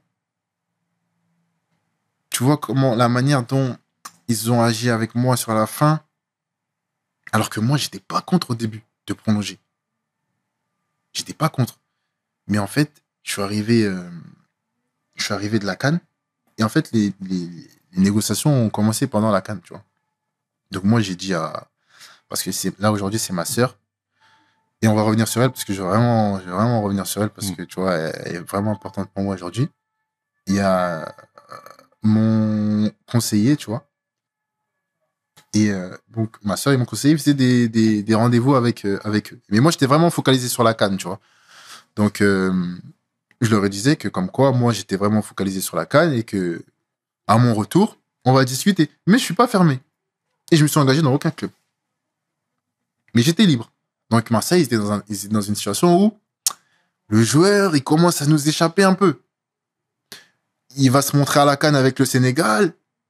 Nous, on veut le faire signer avant. Eux, ils voulaient me faire signer avant la CAN. Pour pas que, par exemple, si j'explose à la CAN, là, c'est mort pour eux. Des filous. Tu vois ce que je veux dire? C'est-à-dire, moi, j'ai dit quoi? Moi, j'ai dit, moi, je suis pas fermé, tu vois. Marseille, c'est un grand club. Je suis pas fermé. Mais, après la CAN, on va discuter tranquillement. Et en plus, je viens de passer 4 mois sans jouer. J'ai besoin de rejouer, tu vois. Donc là, je vais à la CAN. À la CAN, bah voilà, tout ce qu'ils ont ensuite, ça, là, je reviens. Et quand je reviens, je reviens un peu blessé, on va dire. Parce que contre la Côte d'Ivoire, j'ai pas joué. Tu vois, j'étais blessé. Je reviens un peu blessé. Et quand je reviens, je vois que on me donne des horaires, mais c'est pas les mêmes horaires que les autres. Tu vois ce que je veux dire? Je me dis, mais attends. Mais dans ma tête, je me dis, je suis blessé. Donc, je sais pas si c'est par rapport à ma situation ou si parce que je suis blessé. Donc, vas-y, tranquille. Je fais mes soins, tranquillement. Les gens, ils me disent, wesh, mais pourquoi tu viens à 7h? Les gens, ils viennent à 10h, je viens à 15h. Mais dans ma tête, je me dis, bah, je sais pas, peut-être je suis blessé. Même moi, je sais même pas quoi dire. Ça veut dire, vas-y. Je commence à reprendre. Et quand je reprends tout seul. Avec un préparateur. Déjà même, je demande au préparateur, en gros, et quand je vais reprendre bien, genre, je reprends avec le gros? Ou là, entre guillemets, on est en train de me boycotter. Genre, moi, je veux savoir, parce que moi, personne ne me parle. Tu vois ce que je veux dire? Je reprends tout seul. Entraînement tout seul. Tu dribbles personne, tu frappes. Tu comprends? C'est-à-dire, je me dis, mais attends. Maintenant, c'est quoi? Et jusqu'à présent, j'avais pas dit que je voulais pas prolonger. Tu vois? Ça discutait encore. C'était vraiment mon arrivée. C'est-à-dire que c'est un délire. Je viens de la CAN, on s'assoit. Aujourd'hui, tu vois, je sais pas, mais peut-être que je serai encore à Marseille. Tu vois ce que je veux dire? Mais comment ils ont agi? J'ai pas aimé. Tu vois? Parce que moi, j'ai jamais dit de ma bouche que je voulais pas signer, tu vois. Pourtant, il y avait plein de trucs qui sortaient. Je me dis, Pape Gay, il veut le salaire du capitaine. Pape Gay, il veut des trucs qui laissent tomber. Tu vois? Donc, là, on me fait comprendre comme quoi je vais plus jouer. Ça veut dire, on me dit... Et qui a décidé de cette mise à l'écart? Les dirigeants. Les dirigeants. Ils me disent, Pape, tu vas plus jouer, tu prolonges pas. Les dirigeants qui sont encore en place, là. Les dirigeants. Okay. Les dirigeants, tu vois. Et en gros, ils me font comprendre que si tu prolonges pas, tu signes pas. Donc, pareil, je l'ai un peu mal vécu parce que, tu vois, j'ai tout donné, tu vois. J'ai tout donné, j'ai pas triché. J'ai jamais dit que je voulais partir. Et qu'on me traite comme ça, tu vois, ça m'avait touché, tu vois, ou pas. Mais tranquille. C'est-à-dire que... Et pour te dire comment, moi, dans ma vie, à chaque fois qu'il m'arrivait un truc, soit qui m'a fait mal ou qui a été dur, derrière, il y a toujours, Dieu merci, il y a toujours eu un truc qui a fait que je devais pas arrêter de croire que ça allait s'améliorer, tu vois. Petite anecdote. Là, à ce moment-là, dis-toi, et même c'est en conférence de presse, ça annonce comme quoi j'allais plus jouer. Tu vois? Ça annonce comme quoi j'allais plus jouer, tu vois? Donc, je me dis, bon, on va essayer de trouver une solution, mais pour l'instant, la solution, elle est celle-là, tu vois? Moi, toujours avec le respect, je manque de respect à personne. Je dis, ok, je viens, je fais mes séances. Tu vois? J'arrive, je crois que c'est chez moi. Je suis avec mon pote chez moi. Il est 10h. Et en fait, le lendemain, je pouvais avoir un jour off. Pour revenir quand je te dis mes croyances, tu vois. Et mon pote, on est chez moi et tout. Et en fait, je me lève le matin comme ça. Avant de partir à l'entraînement, je me lève, je suis sur mon téléphone. Je me dis, mais attends, je crois là, j'ai le temps. Demain, si j'ai off, d'aller à la Mecque, faire ma Omra et revenir. Tu vois? Tout en sachant que c'est un risque de ouf. Parce que si j'arrive en retard là, dans ma situation là, c'est fini, ils vont me tuer, tu vois pas. C'est-à-dire, je dis rien, mon pote.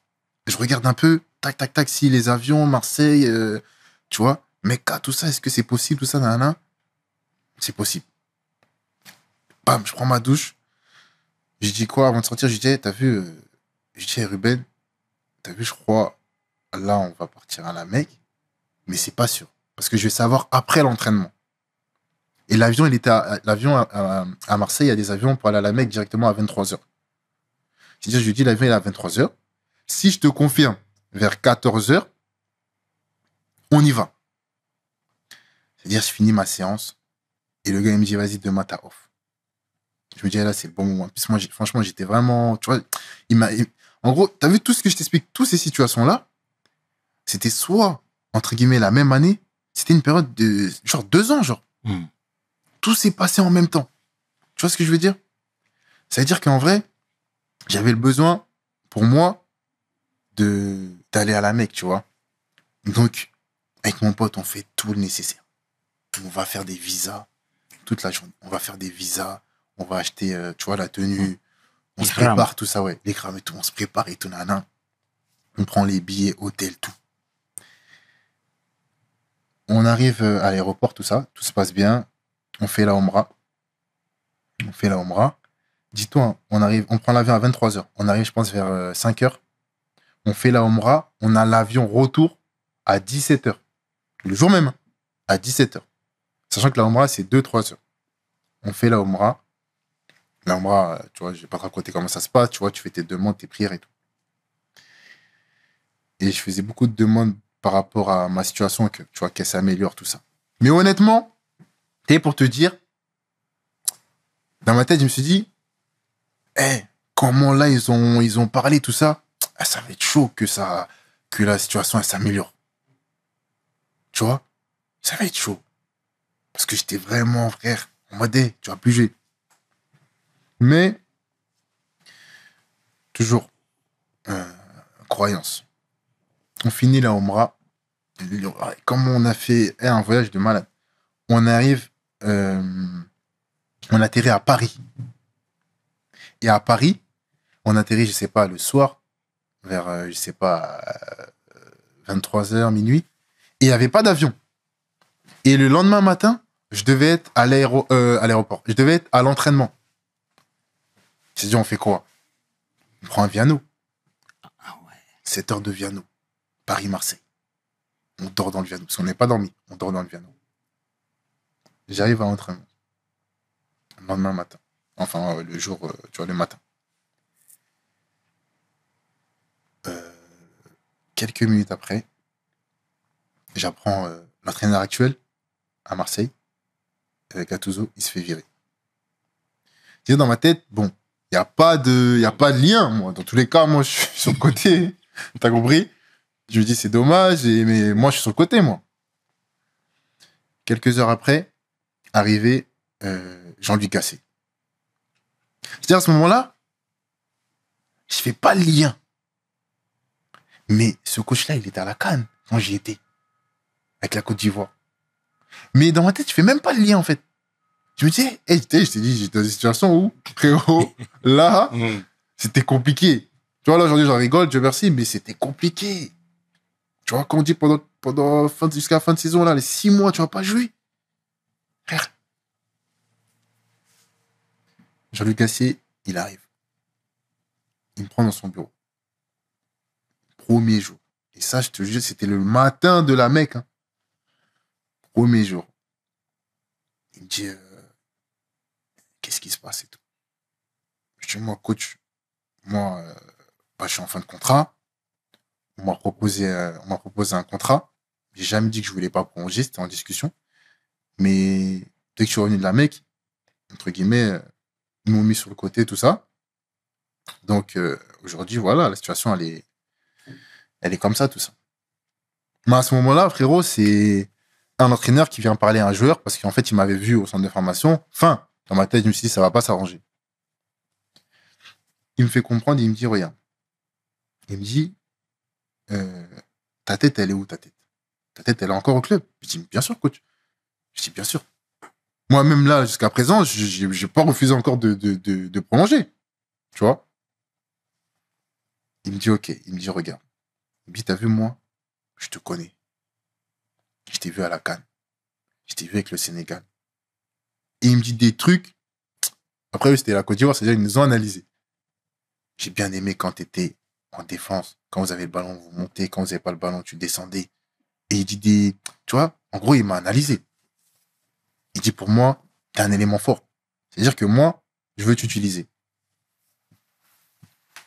Est-ce que t'es avec moi à 100% ou dans ta tête, peut-être que tu veux partir et tu me le dis là, honnêtement, tu vois, tu me le dis clairement et on avance, tu vois.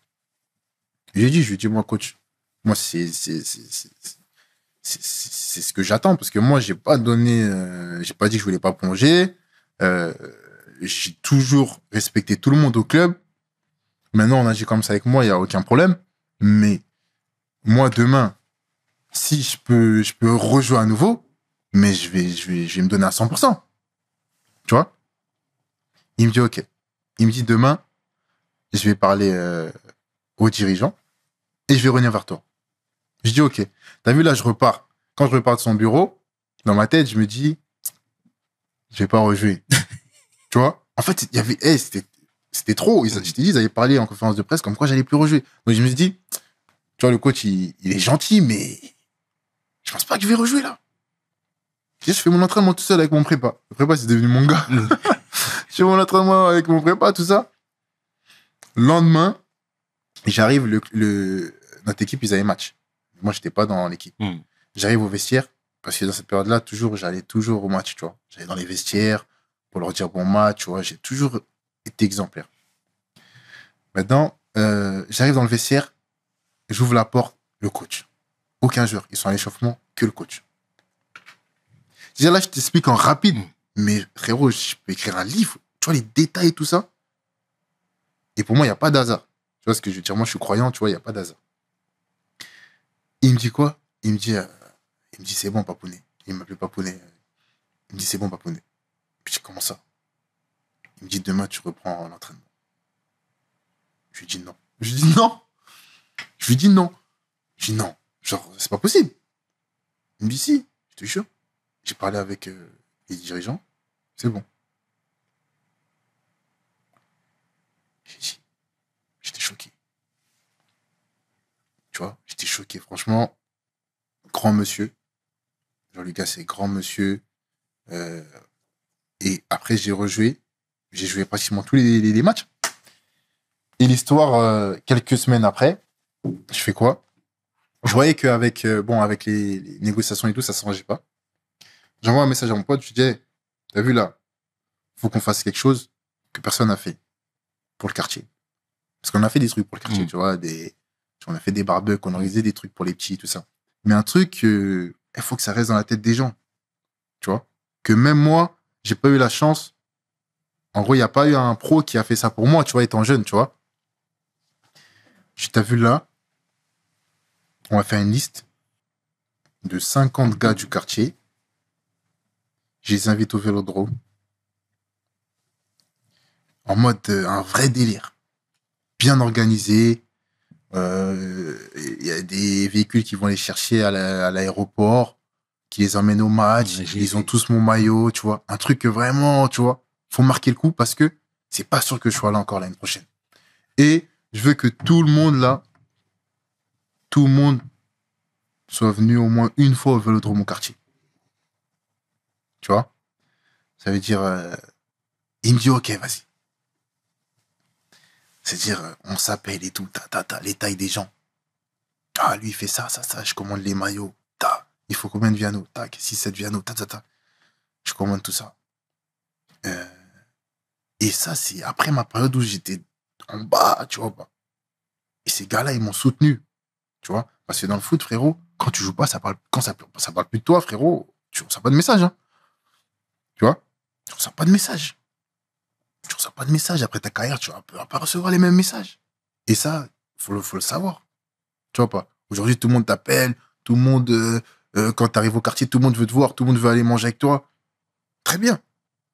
Mais quand tu finis ta carrière, c'est plus le même téléphone que t'as. Tu vois ce que je veux dire? Donc ça, faut le savoir. Donc maintenant, il s'avère que ce match-là, on joue. On joue et tout, nanana. Juste avant ça, le match, il est à 21h. À 16h, mon pote, il m'envoie un message. Il me dit, hey, pap, t'as vu ce que t'as fait là? Parce qu'en fait, il y avait des pères de famille, il y avait des enfants. J'ai vraiment pris beaucoup de choses. J'avais déjà fait des matchs avec les mamans du quartier. C'est-à-dire que je les avais invités, une vingtaine, tu vois, les mamans du quartier. C'était à 3, je me rappelle. Et ils avaient kiffé, tu vois. Et là, en gros, c'était vraiment... Il y avait toutes sortes d'âges, tout ça. Il m'a dit, hey, pap, t'as vu là? T'es dans ton match et tout, je vais pas te rendre ouf. Mais t'as vu là? Ce qu'on vient de faire, c'est inoubliable. Mais t'as vu là, je peux pas... T'as vu, je te laisse dans ton match? Mais il y a des gens qui pleurent. Il y a des gens qui pleurent. Il y en a, ils sont jamais partis au Vélodrome, ils sont pour l'OM. Ils pleurent. Ils chantent aux armes avec des gens qu'ils connaissent même pas. Je dis pas qu'on reparle à la fin du match. On joue le match tout. Maintenant, c'est quoi? Vers la fin, dans ma tête, je me dis, hey, t'avais pas, il reste quelques minutes là. Monte. Joue plus haut un peu. Comme ça, je me dis ça. Et toujours, quand tous les mecs, les pros, ils peuvent te dire, quand les gens du quartier viennent te voir, dans ta tête, tu dis toujours, si je marque là, c'est le feu. Et avant ça, mon pote, il me dit quoi? Il me dit, hey, pap, t'es fou. Toi, tu sais pas, t'as ramené qui là? Tu vois, il y a des gens, c'est des fous au quartier. Eux, si tu marques, ils vont entrer sur le terrain. Je dis, non, frérot. Je dis, là, t'as vu, là, c'est pas le stade on n'est pas au Blanc-Nil, là. T'as vu? C'est-à-dire, calme tout le monde. Si je marque, déjà, je marquais pas beaucoup, donc je me suis dit, vas-y, c'est chaud que... Je pense pas que ça va se passer, j'espère. Mais calme tout le monde si ça arrive. À la fin, je récupère le ballon. Une, deux avec Aubameyang, il me la remet, je marque. T'as vu quand je marque? Frérot, j'ai même pas les explications de ce que j'ai ressenti. De ce que j'ai ressenti, pardon. Avec tout ce qui m'est arrivé. Tu vois, les 4 mois. Tout ce qui m'est arrivé dans la presse. Ouais, lui il veut ci, lui il veut ça, nanana, j'ai jamais parlé. Je ramène tout mon quartier. Je délivre le but contre Lens. Je marque devant tout le monde, au Vélodrome, devant mes gars. En tout cas, c'est un bon enseignement. Vous avez vu, le mec, il est parti de Marseille pour Jeddah. Il est revenu et après, son coach est viré et un autre coach qui arrive, il est aussi viré et directement, il y a Jean-Louis Gasset qui arrive dans sa vie. Et dans la séquence qui va suivre, vous allez voir pourquoi les jeunes aujourd'hui refusent à signer à venir jouer pour leur patrie, même comme la tendance change, mais pour papier, ça a toujours été le Sénégal. Moi, j'avais un peu de mal avec certains joueurs, sans les nommer. Mais tu sais, il y a certaines personnes qui, quand ils voient les portes de la sélection française se fermer, se rappellent qu'ils ont des origines sénégalaises. Il y en a énormément. Et aujourd'hui, avec le merveilleux travail que vous avez effectué pour la sélection, avec la CAN entre autres, avec les valeurs que vous portez, il y en a plein qui vont directement vers le Sénégal maintenant. Tu vois, la donne a changé. Et c'est là qu'il faut vous saluer parce que le travail est très bien fait, tu vois. Il y a Abdou Diallo, il y a quelques temps, quelques années, qui était venu ici en disant que lorsqu'il arrive au Sénégal, il est arrivé sur la pointe des pieds. il a mis en volume 2. Et c'est lui qui a appris. C'est lui qui a écouté. Est-ce que c'était la même chose, toi? Moi, ouais. Même chose, parce que tu arrives déjà dans une grande nation. Déjà, comment ça s'est fait? Pour te la faire en rapide, il y a le coach à l'UCC qui m'appelle. Je venais d'arriver à Marseille. Donc, à ce moment-là, je lui avais dit comme quoi j'étais ouvert à la sélection du Sénégal, mais que je voulais attendre de m'acclimater à mon nouveau club, Marseille, et que après, quelques mois plus tard, j'allais rejoindre la sélection. Donc, il l'a parfaitement bien pris, il a compris, parce qu'il était joueur, et il m'a dit comme quoi il n'y avait aucun problème. Donc, rejoindre la sélection sénégalaise, c'est le meilleur choix de ma carrière. Honnêtement, c'est le meilleur choix de ma carrière. Pourquoi? Parce qu'en fait, je me suis posé des questions qui étaient pour moi simples. C'est-à-dire, j'ai fait plusieurs sélections, notamment avec les jeunes en équipe de France. J'ai fait, je crois, ma dernière catégorie, c'était U18, voire U19. Et j'arrive à Marseille. Donc, quand j'arrive à Marseille, c'est une autre visibilité. Je peux me dire que, bon, avec du temps de jeu, je peux aller en espoir qui dit A. Mais en fait, j'ai une autre réflexion, en fait. Tu vois? Je me suis dit, attends, le Sénégal, déjà, c'est une grande nation. Tu vois? C'est mon origine. L'origine où mes parents ont vécu. Je me suis dit quoi? Je me suis dit, regarde, papa, tu préfères être un joueur franco-sénégalais qui va être là en sélection, peut-être appelé, peut-être pas appelé. Et en France, il y a tellement de talent que parfois t'es appelé, parfois t'es pas appelé, tu vois. Ou tu préfères faire le choix du pays, parce que j'étais déjà parti au pays, tu vois, notamment parfois en vacances, tout ça. Donc pour moi, c'était pas nouveau, on va dire. Et tu préfères être respecté dans ton pays et être quelqu'un dans ton pays. Et là, quand je te dis quelqu'un, je te parle pas en tant que footballeur. Je te parle en tant qu'humain. En tant qu'humain dans ton pays. Tu vois? Parce que j'y ai pensé aussi après le foot. J'ai pas pensé à tout de suite. J'ai pensé à après le foot. Tu vois? Qu'est-ce que tu veux devenir dans ton pays après le foot? Et j'ai réfléchi et je me suis dit, en fait, la meilleure solution, pour moi, c'était de rejoindre la tanière. Donc, quand j'arrive dans la tanière, choqué de quoi? Choqué de tout ce qu'on a à nos côtés. Parce que, et parfois, j'ai même ce discours-là avec certains binationaux. Je leur dis, l'Afrique, notamment nous au Sénégal, c'est très pro, c'est très bien organisé. Tu vois?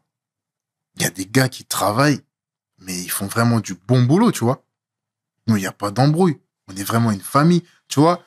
Tu as peut-être pu entendre, notamment dans des sections où parfois il y avait des clans. Exact. Tu vois? Nous, il n'y a pas du tout ça. Il n'y a pas du tout ça. Tout le monde s'entend bien. Le coach qui était à l'UCC à l'époque, il avait vraiment créé cette famille, cette discipline, ce respect vis-à-vis des aînés. Donc, moi, quand j'arrive dans la sélection, c'est en tant que jeune qui veut apprendre aux côtés de grands. Tu vois? Par exemple, je me rappelle, le premier jour, j'arrive dans le couloir et tout. Je prends mes équipements, je vais dans ma chambre. Avant d'entrer dans ma chambre, il y a Mané. Sadio Mané. Et c'est la première fois que je le vois. Il est à Liverpool et tout, je le vois et tout. Et il me dit, ça va et tout, tu vas bien. Je dis, ouais, ça va, ça va. Il me dit, tu sais, je t'attendais, moi, je suis beaucoup Marseille, hein. Tous les matchs de Marseille, je regarde, moi. Il me dit ça. Je dis, ah ouais, et tout. Ok, c'est-à-dire, je rentre dans ma chambre et tout. Une fois que je suis dans ma chambre, je me dis, mais. Tu vois déjà tu vois ce qu'il m'a dit là en 30 secondes là? Je me suis dit, non. T'as vu là où j'ai mis les pieds là? Là, on est tous frères là. On va faire quelque chose de beau pour la nation. Justement, dans cette dernière partie, Pape Gueye nous parle un peu d'investissement. C'est vrai, il a parlé de ses relations dans la sélection et il parle un peu de ses investissements dans le football sénégalais ou bien dans le haut Sénégal. Les investissements, tout ce type de choses. Et c'est vrai que d'écouter des anciens qu'ils ont déjà fait, ils ont aussi des contacts. Parce qu'en fait, investir au bled, c'est différent c'est différent d'investir, par exemple, on va dire en France. Parce qu'au bled, au Sénégal, par exemple, il y a beaucoup de choses à faire. Tu vois, il y a beaucoup de choses. Mais le plus dur, c'est de trouver la bonne personne. Exactement. Tu vois, la bonne personne qui va te trouver le bien, sachant que nous, on est footballeurs. Donc, tu peux trouver une personne qui va te dire que, je sais pas, ce terrain, il vaut 50, mais en fait, le terrain, il vaut 30. Tu vois ce que je veux dire? Donc, c'est trouver les bonnes personnes. Tu vois? Et moi, je m'entends beaucoup de personnes qui sont dans la sélection, tu vois, comme les Edouard Mendy, Gana Gueye, Cheikhou Kouyaté, Kalidou Koulibaly, tu vois? Tous ces gens-là qui me donnent des conseils, tu vois? Notamment ce qu'ils ont fait, ce qu'ils me déconseillent de faire, tu vois? Me présenter aussi des personnes. Et en fait, tout ça, c'est quelque chose, c'est une chance en fait, tu vois? C'est une chance. Parce que je suis pas arrivé là. Il y en a beaucoup au Sénégal qui vendent des terrains, qui construisent des maisons, qui vendent des appartements, tout ça. Ça veut dire, moi, Dieu merci, c'est tout ça en fait qui m'anime, tu vois. Tout ce qui est immobilier.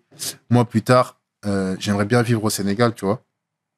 Donc, je suis vraiment attaché à ce pays et ça passe par investir au pays, tu vois. Aujourd'hui, nous, en tant que personnes qui ont grandi en France, je te parle même pas de footballeurs, tu vois. Mais je pense que l'avenir est au Sénégal. En tout cas, en Afrique, tu vois. Parce qu'il y a plein de choses à faire. Exact. Il y a plein de choses à faire, tu vois. Moi, j'ai la chance d'avoir mon père qui a beaucoup de projets là-bas, qui est dans l'agriculture, tout ça. Donc, lui aussi, il me donne beaucoup de conseils. Et oui, j'ai déjà investi au Sénégal et j'espère continuer parce que j'y crois en ce pays.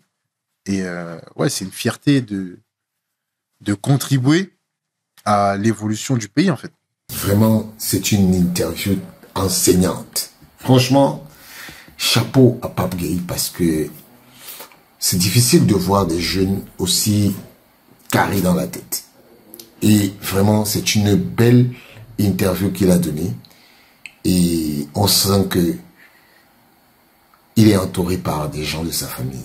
C'est pour ça que c'est important de mettre des gens de la famille. Mais, c'est pas tout dedans. C'est pas dans toutes les circonstances qu'il faut mettre la famille.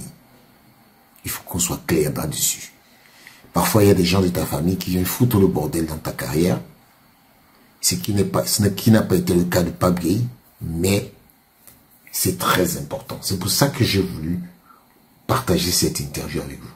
En tout cas, pour moi, ce fut un très bon moment. Je ne sais pas ce que vous avez pensé de cette interview. En tout cas, faites-moi savoir en commentaire. C'est la première fois que je vous le demande. En tout cas,